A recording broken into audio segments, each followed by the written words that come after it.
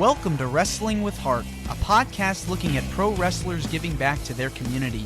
Join me, Stanley Carr, as I interview wrestling's hottest names who use their platforms as entertainers to raise awareness and do community service. Hello, and welcome to another edition of Wrestling with Heart. This is the show where we talk with professional wrestlers and professional wrestling personalities about their lives in and outside of the ring, as well as doing acts of charity, community service, and volunteering, spreading positivity to others. We're all about the positive vibes here on the show. And with me this week, I've got a very special guest. He is a former WWE Tag Team Champion, former USWA Tag Team Champion, and a former Pro Wrestling Noah Tag Team Champion. Pleased to welcome the one, the only Bull Buchanan to the show. Welcome, Bull. Thanks for having me. Yeah, it's my pleasure. So, you grew up in Georgia. Tell me about your childhood and upbringing. So only child, had great parents, tried to stay active in sports, played a little bit, tried it all, played baseball, played basketball, football, a little bit of everything. Normal kid, I guess. So it's fair to say you were a big sports fan from an early age. Yes. Yep. What was your favorite one to play? Actually, my favorite sport to play was baseball, but I just wasn't any good at it. I played every year, but I just wasn't my thing. I played basketball. I played basketball all through high school and wound up playing a couple of years of college ball, small college, junior college. But my favorite to play was actually baseball, and I sucked at it. So, go figure. I'm very sorry to hear that. Well, what kind of got you into professional wrestling? Was it something you watched on TV growing up? Was it something that you followed on later? No. I found it when I was a little kid, and I couldn't believe the guys talked about each other, the way they did.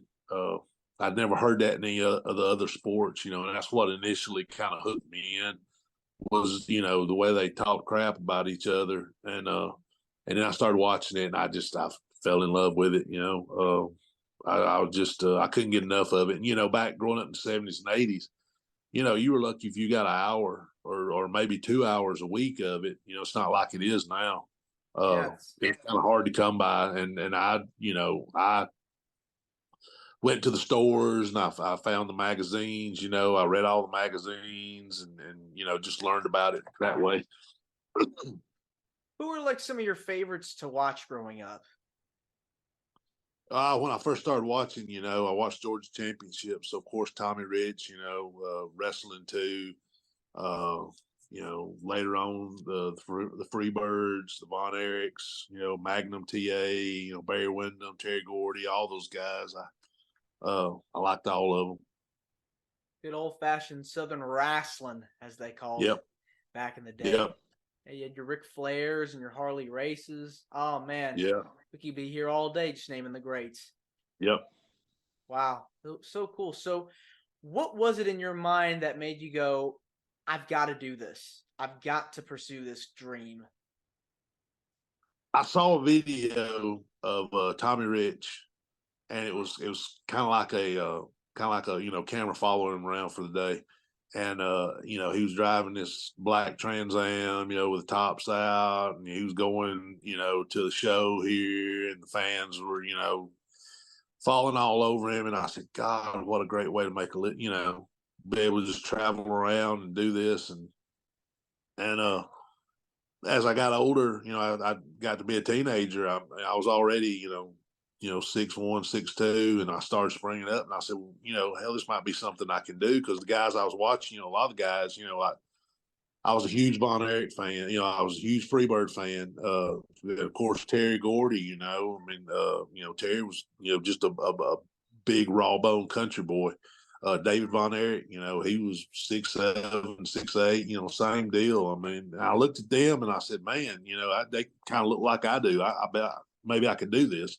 And I just set my mind to it. That's what I was going to do. And I just, I wasn't going to take no for an answer. Uh, yeah, I know, they broke Hogan's leg, when he tried to, thank God, nobody did that to me. I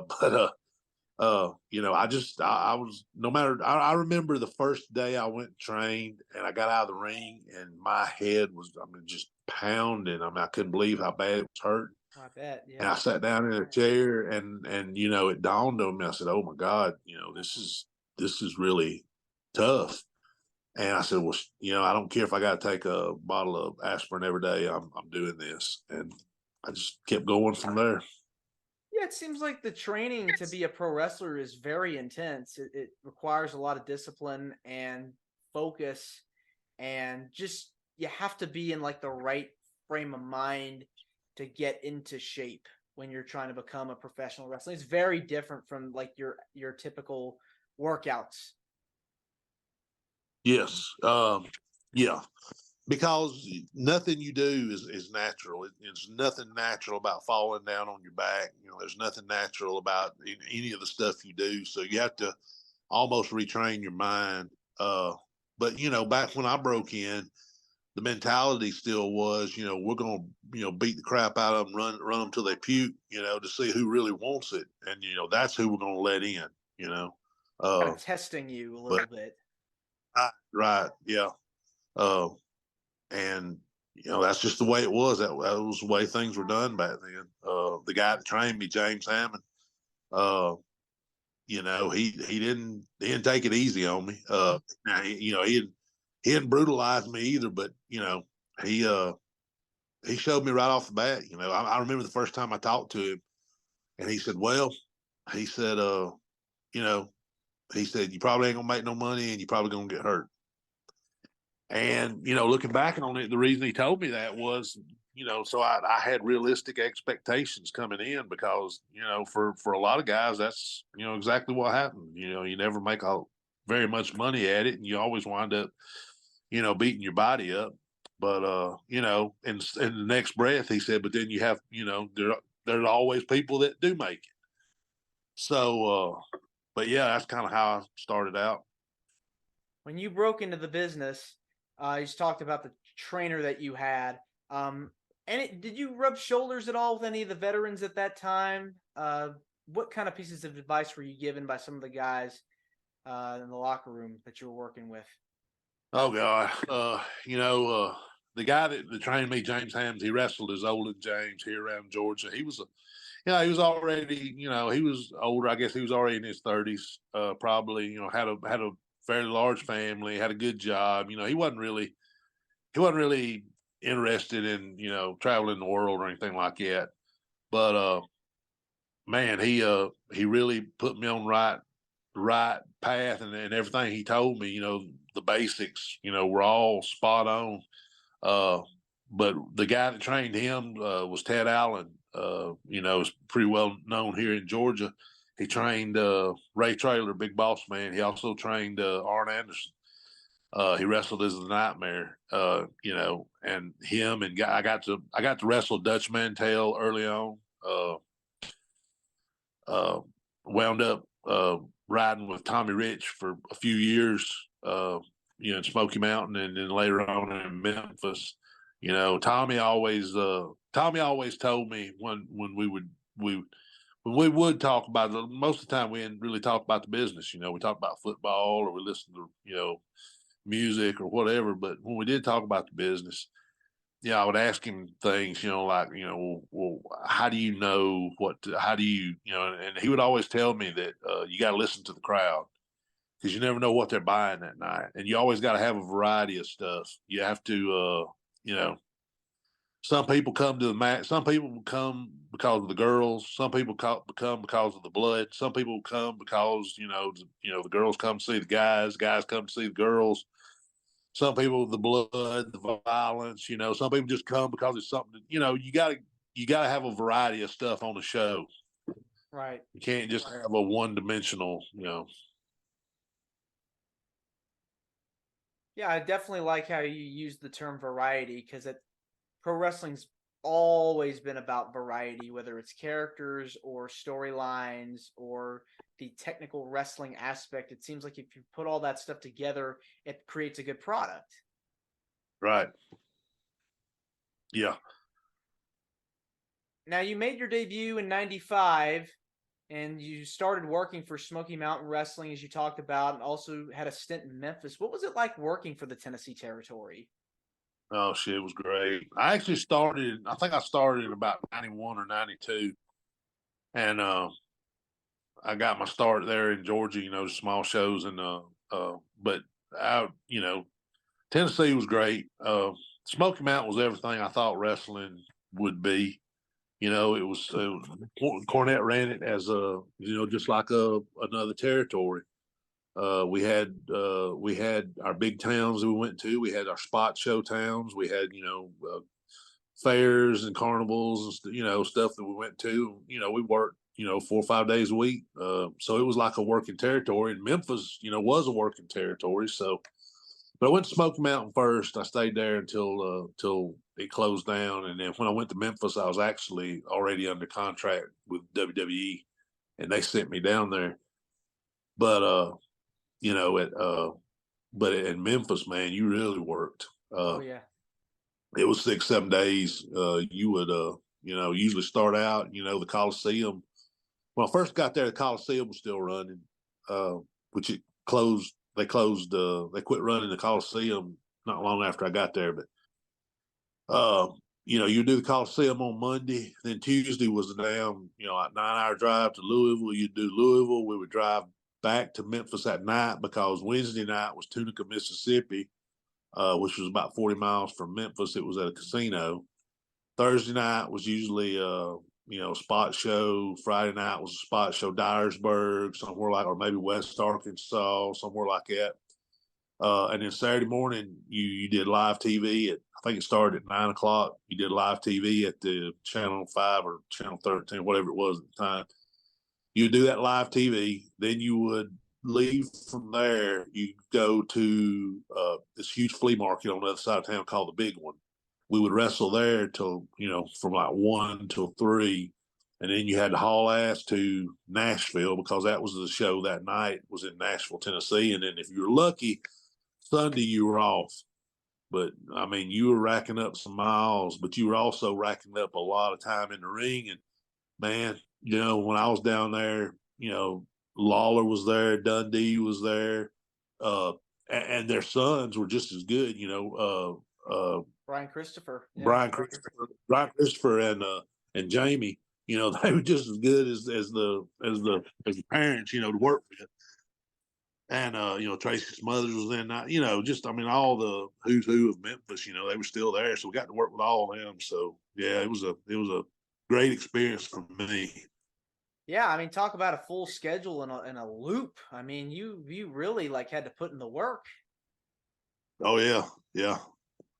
We would drive to Louisville. We would drive all day that day, wrestle, and then we would drive back because we knew if we didn't, we would have to drive that next day, and you were just getting behind the 8 ball. So yeah, it was.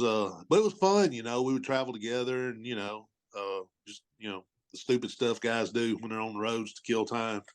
Yeah. Now, when you were in the USWA and also a little bit of your early days with the WWE, you were part of the group called the Truth Commission. Tell me about that. What was that like?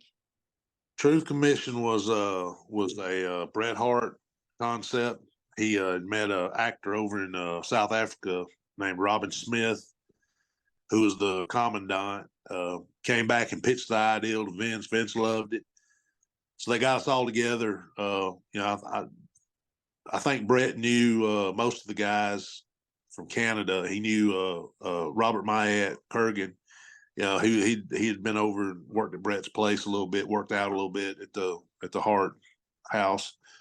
He went on to become a big movie star too, if I'm not mistaken. mistaken. Huge movie, big movie star, right? He's wasting time in pro wrestling. I'm so happy for him because he's such a good dude, man. You talk about gentle giant is his picture in the dictionary next to it. Yeah.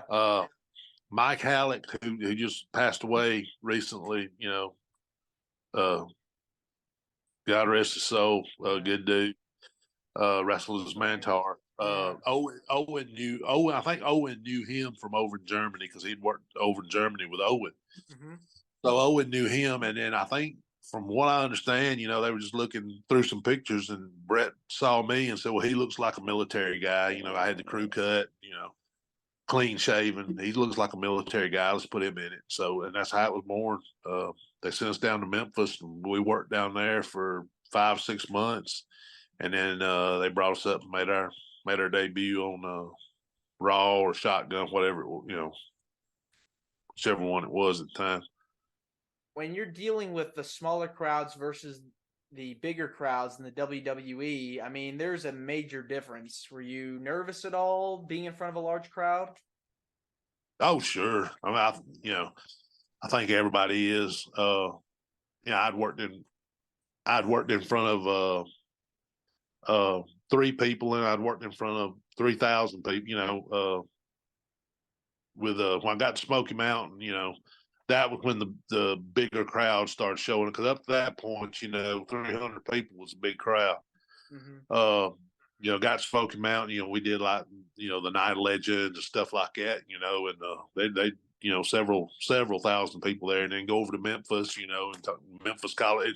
And at the time, Memphis was kind of on its downhill run, I guess. But they're still drawing crowds, and you go to the Memphis, just the arenas. I guess was what did it for me, because these were the places I had sat and watched. Growing up all those years. All these great battles take place, and now you're standing in them. The Memphis Coliseum, Louisville Gardens, the Knoxville Coliseum, places like that, and then fast forward years later, Madison Square Garden, and just something about those places when you think about all the things that have took place in there. Yeah, a lot of memories with the garden. We'll talk about that in just a second. But what happened exactly with the Truth Commission? Why did it seem to fall apart? Well, like I said, it was Brett's idea, and once Brett made the decision that he was going to WCW, we were mid card at best. So I don't know that I don't know that it was something like, well, Brett's gone, so they're killing it off now. But I think once Brett left, and Brett left, and it, right before that, Robin, the original commandant, had some trouble with his visa. Mm. I think he was trying to get a full-time visa to live over here, and they couldn't get together for whatever reason, and they let him go, and they brought in Don Callis, which was great. Don Callis was just a tremendous worker, tremendous talent, as he still is. You can watch him every week on TV and see for yourself. AEW. But yeah, right, yeah. But we tried to go in a different direction with it, and I don't know. It just kind of is one of those things, kind of, fell between the cracks, I guess. Yeah. Mm-hmm. Yeah. So they brought you back later to be with the big boss man, Ray Traylor, a guy that you worked with in the early days of your career. What was it like working with him? It was great. Ray was just a great guy. Never heard a bad word about him. He was very willing to teach. He would help anybody that wanted help or needed help. I learned a lot. I learned a lot in the ring, but I also learned a lot outside the ring. I didn't know. We were there as the Truth Commission. We were, like I said, we were mid card at best. People wasn't beating down our doors for interviews or for stuff like that. But when I got with Ray, it was a little different. And, I really didn't know.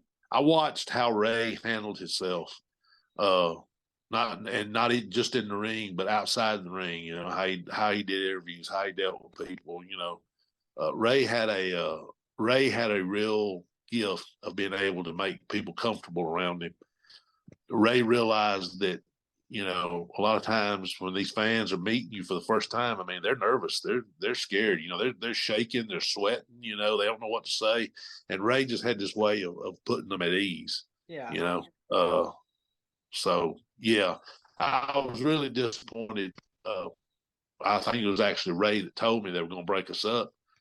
I was really disappointed because I just seen us. I just thought, man, we're going to be together forever. We're going to, that big run as tag champions. We're going to do this, and we're from the same part of the country. We were friends. I'd never met him until we actually started working together.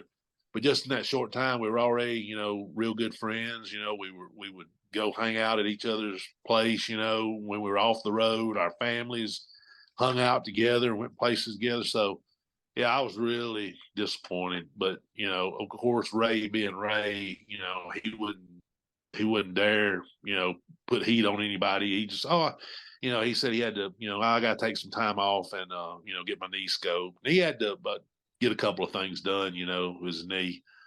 But yeah, if I had to point to one thing and say, yeah, that, man, I wish I could have done that forever. That was it.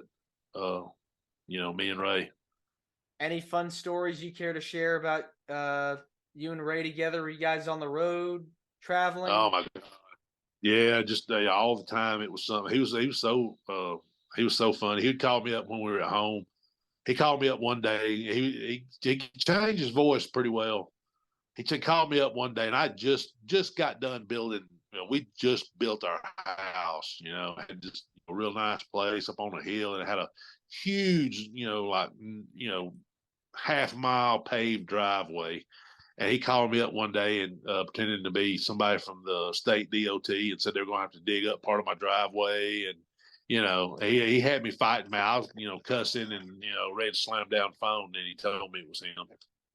But it was always something with him, he would do stuff just for I've told this story a million times, but it's just, we were in Green Bay and, he did that thing with his nightstick where he was twirling around. Well, it got away from him and went flying out through the crowd. And we went on to the ring and did the match. We came back, and Jack Lanza, who was the agent back then, Jack Lanza was waiting on us. He said, he pulled at me. He said, Ray, that your club hit somebody in the head. And he said, we got him here in the back. And we went back there, and this guy had just, big goose egg, but he was tickled to death. He was getting big boss man. Now, couldn't get a smile off his face. This guy probably had a concussion, and I'm sure he went and got stitches afterwards. But Ray signed the nightstick and gave it to him, and just, this guy went away with more than a memory, I guess. That's very nice. It was always, Teddy Long tells a great story about him and Ray riding together. And the hotel was on the other side. There was a 4 or 6 lane road, and the hotel was on the other side, and it was a raised median in the middle of the road. And they went past where they were supposed to turn. And Teddy said, Ray, I think we're supposed to turn there. And Ray just jerks the wheel to the left, hits the curb, jumps the car, overlands in the parking lot, and looks at Teddy and is giggling, and says, oh, it's okay. It's a rental. It was just always something with him. But it was always, it was never any, mean spirited, anything like that. All in good fun. Right. All in good fun.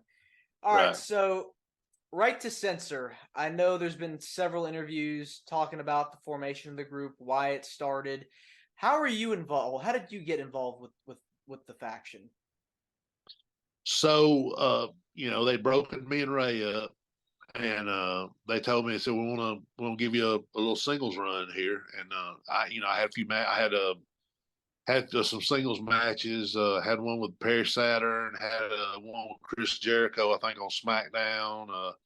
Was just doing some single stuff, and me and Stevie Richards had got to be friends because I'd done a match over in ECW way earlier after Smoky Mountain shut down, and I'd met him there. But at WrestleMania, I can't remember the numbers, but the one where me and Ray, I think we wrestled D'Lo and Godfather. That WrestleMania, me and Stevie we kind of met it. We kind of wound up at the gym at the same time, wound up working out together. Walked across the parking lot, to some restaurant, shared a meal together. So we got to be pretty good friends. And we were in Albany, New York. I was just doing the singles thing, just waiting to see which way they were going to go with it. And he came up and asked me, he says, "What did you hear?" And I said, "No, but what?" He said, "You're with me now." And I knew he'd been coming out in the shirt and the pants, but I wasn't really sure what the whole idea was. And so we sat down there backstage, and he laid it out. And that was the night that he brought me out with him, and he laid it all out to me. And I remember thinking to myself, like, wow, this could really get some heat. I mean, this could really, you never know how you never know how it's going to come off. But yeah, it wound up with a bunch of heat, which was good for us. It's so funny to see people online, especially online, and they'll say, "Oh, I really hated those guys," and somebody will come back and say, "Oh, I did too." No, I really hated those guys. Not in a working sense. I really hated those guys, and it's funny to me because I mean, exactly, that's what we wanted. That's what we were trying to get. It, so yeah, I mean, I think we got our money's worth out of it anyway. Yeah, I mean, you got to be tag champions with the Good Right. Father too.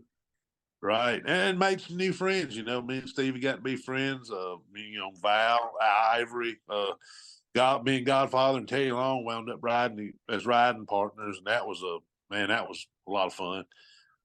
Two great guys, but yeah, got to be some new friends, and it was a good time. It was a really good time. Yeah. So the group lasted quite a while. I mean, like 6 to 8 months, something like that. Pretty much Yeah, almost yeah, pretty much almost a year. And yep, yep. they broke you guys up, and they put you, I think, back in developmental. Is that correct? They had you do some dark matches before they put you with John Cena. Well, yeah. So it was weird. I think I mean, everything has a shelf life. Everything expires at some point. I think we probably could have milked a little more out of it, but it was a crazy time because we had just bought WCW, and now you got a whole nother roster that you got to get on TV. And I mean, in all honesty, how are you not going to put Booker T on TV? How are you not going to put Arn Anderson? How are you not going to put those guys? They're going to say you're going to set Booker T on the sidelines. No. So yeah, we wound up sitting at home, but this time had a lot better contract, and so I knew that making that kind of money and sitting at home wasn't conducive to a long career. So I've always had a good relationship with Jr. Not in small part thanks to Jim Cornette. Jim Cornette was kind of my mentor. When I got to Smoky Mountain. I listened to him. I watched him. I tried to learn as much as I could from him. But him and JR, were always, I felt like, kind of had it in my corner. So I called JR up and I said, "Look, I can sit here and make this money, or I can go down to Louisville and do something, try to work on something new." And so JR said, "Hey, take off." So I went down, I called Jimmy up, Jimmy's like, "Hell yeah, come on."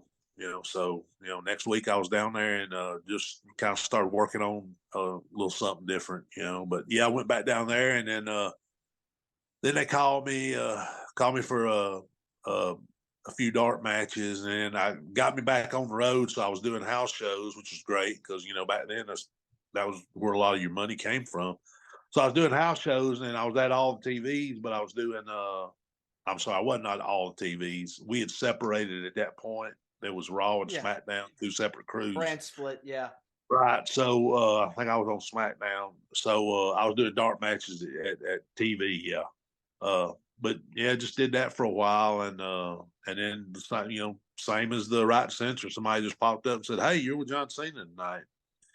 It was really cool because I got to see, I kind of got to watch Cena. I remember him when he had some of his first dart matches out in California.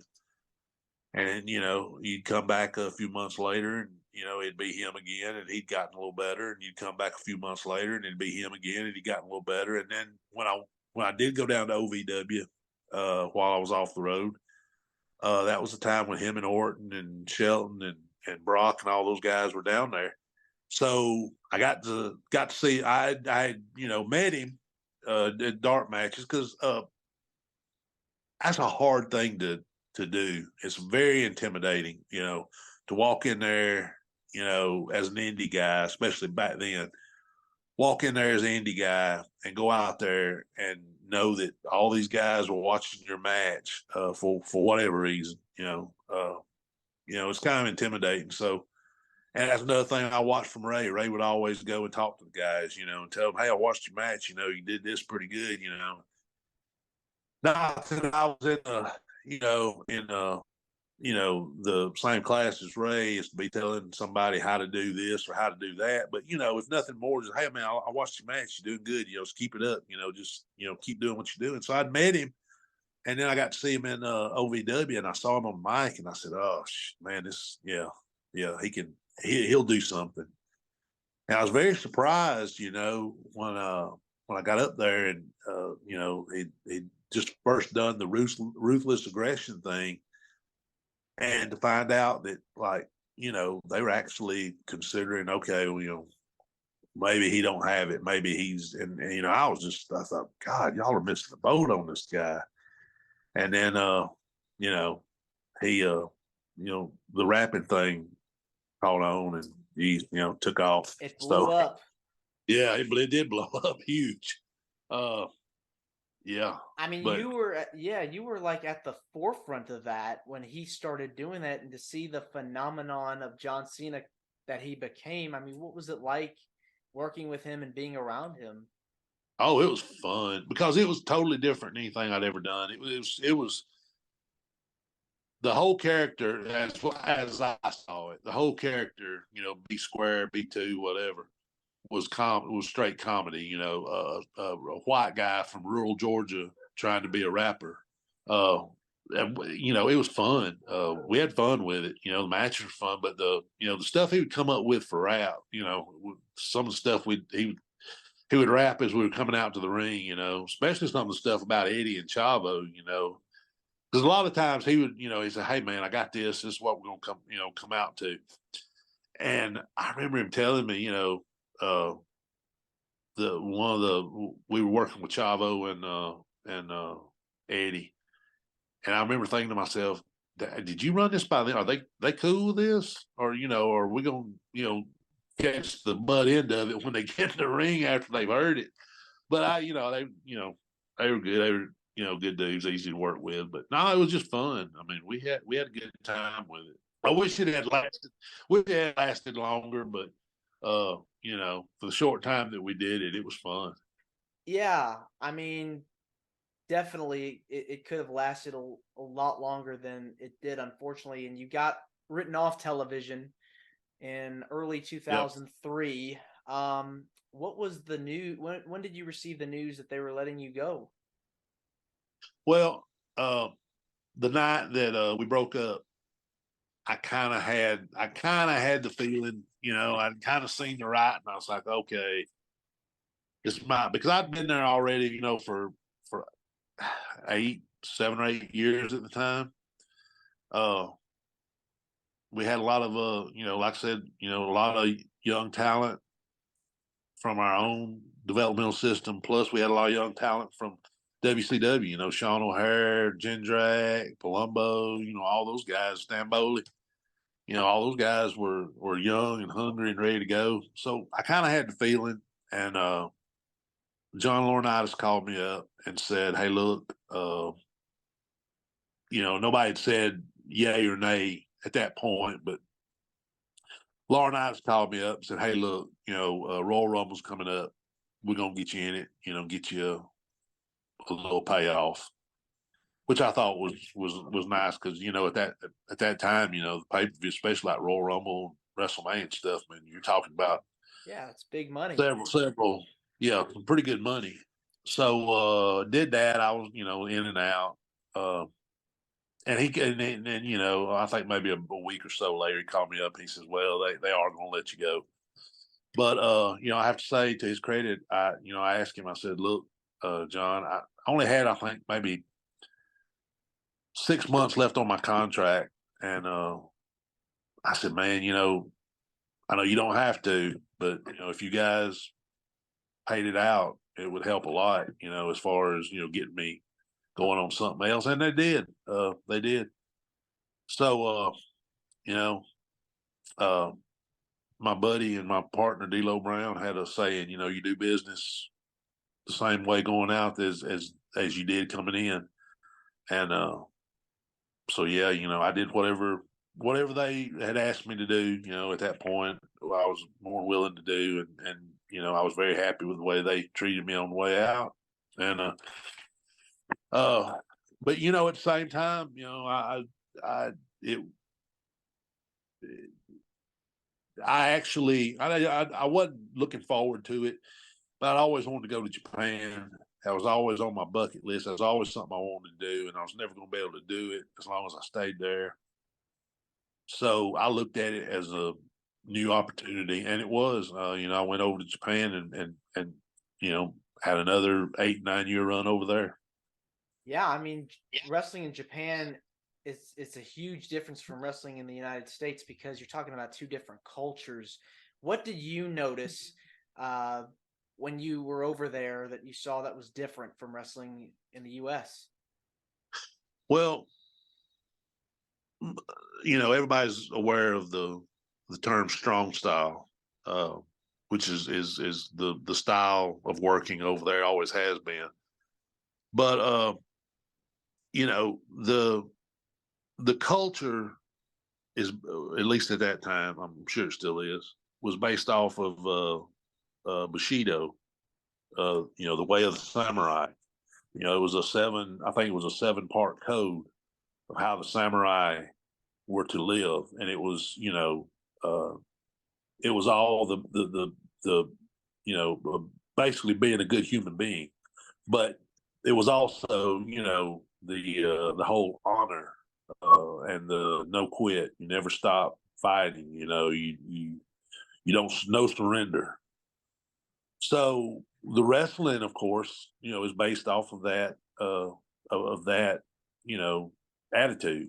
The rules of Bushido. You never quit, you never back down, you fight till the end.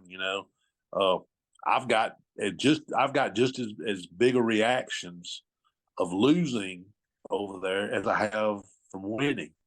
Uh, I found out early on that even when you lose over there, you could still, I just the easy stuff, just like, I remember taking Kabashi's clothesline. And I mean, man, when, he brought it. And that was out of respect for me because, he didn't want to beat me with something that, looked half-assed, you know. And I remember I started crawling up. I started trying to pull myself up the ropes, and I heard the people cheering, and so immediately, I fell back down. It's a different mentality over there, which I enjoyed. I know D'Lo did. D'Lo was just like me. He'd waited a long time to go over there, and it was something he wanted to do before we hung it up. And so I'm glad we got to do it, and I'm glad we got to do it together. Definitely. Who are like some of your favorite opponents to work with in the ring? Kensuke Sasaki, Muda, of course. I mean, there were just so many Japanese legends over there. We got to work with all of them. Tenryu, Kawada, Misawa, all those guys. Kabashi, of course. Got to work with all of them, and a lot of the younger guys too. Morishima, a lot of the Kenta, a lot of those guys. Got to work with them a lot, and Noah. Yeah, and your son, Brooks Jensen, is also a professional wrestler. What made him decide to follow in your footsteps? I think he always wanted to. He was just like me. He was in love with it, from a small, since he was a small kid.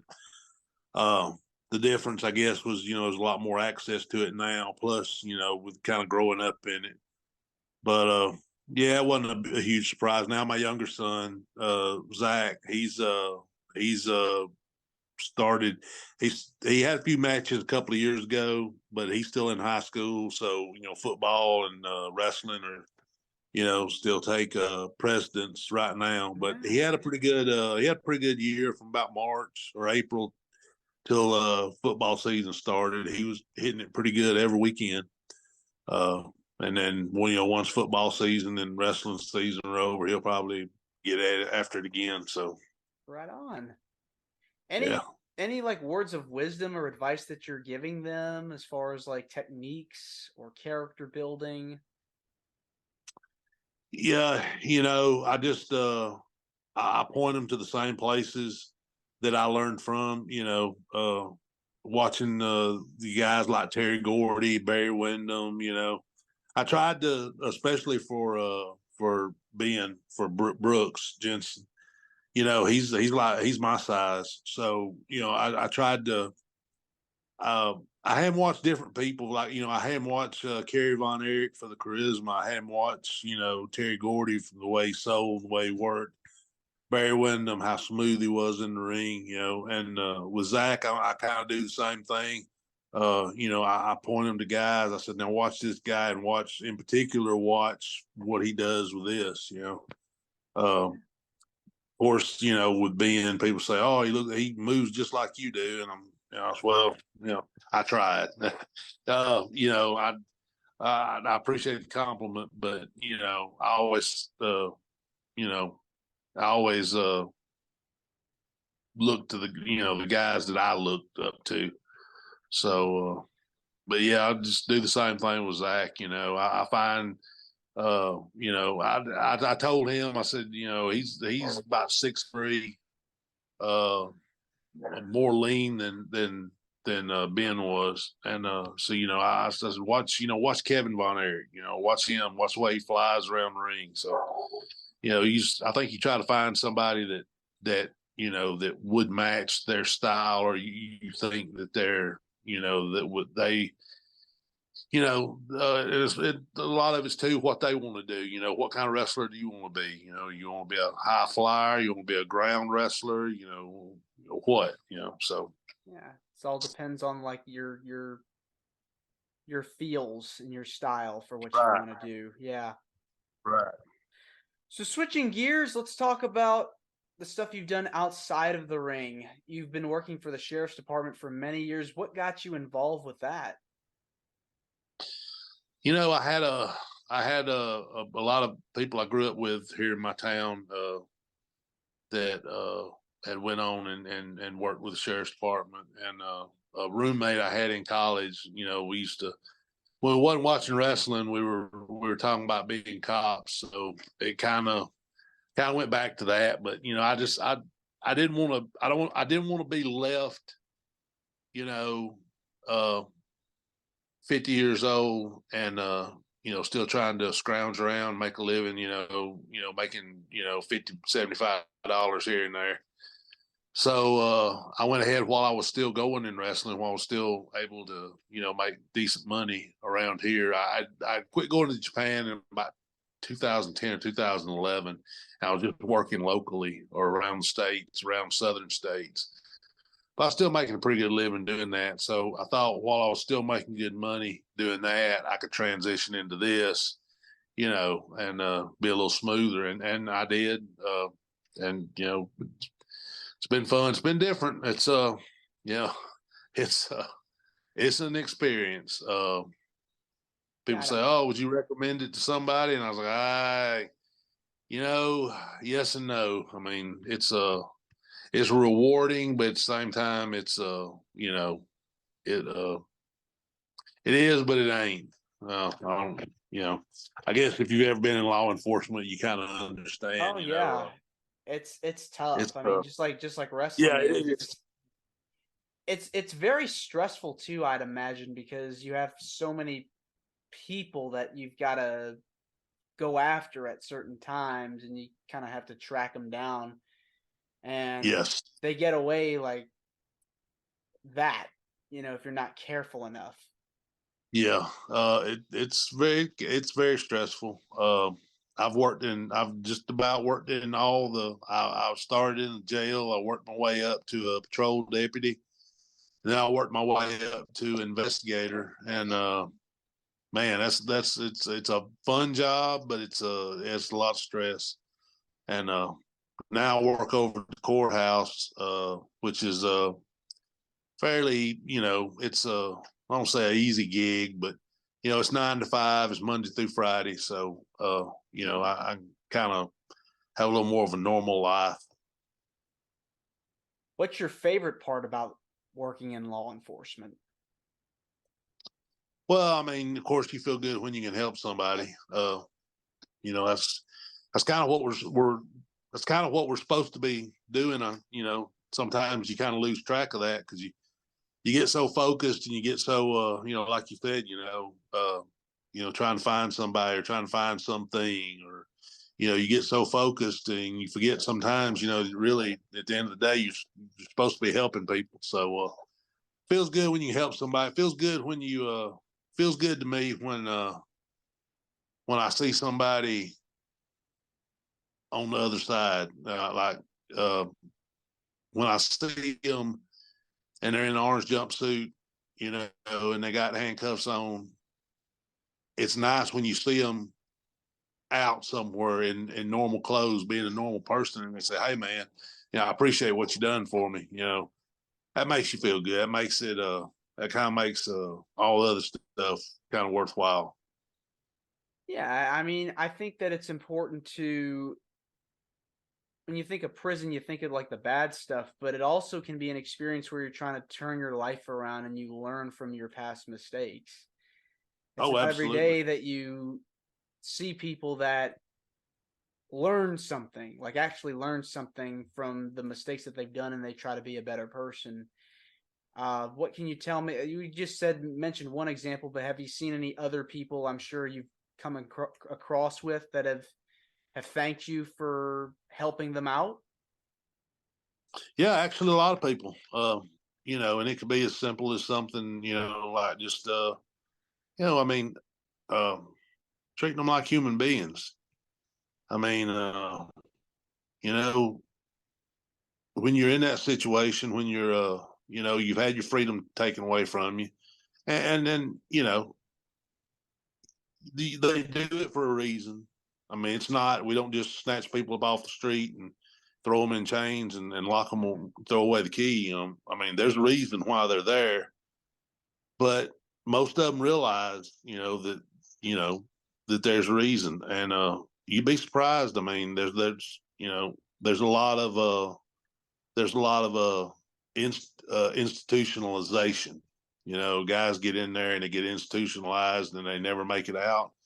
There's a lot of people that do. There's a lot of people that get a second chance or a third chance, or you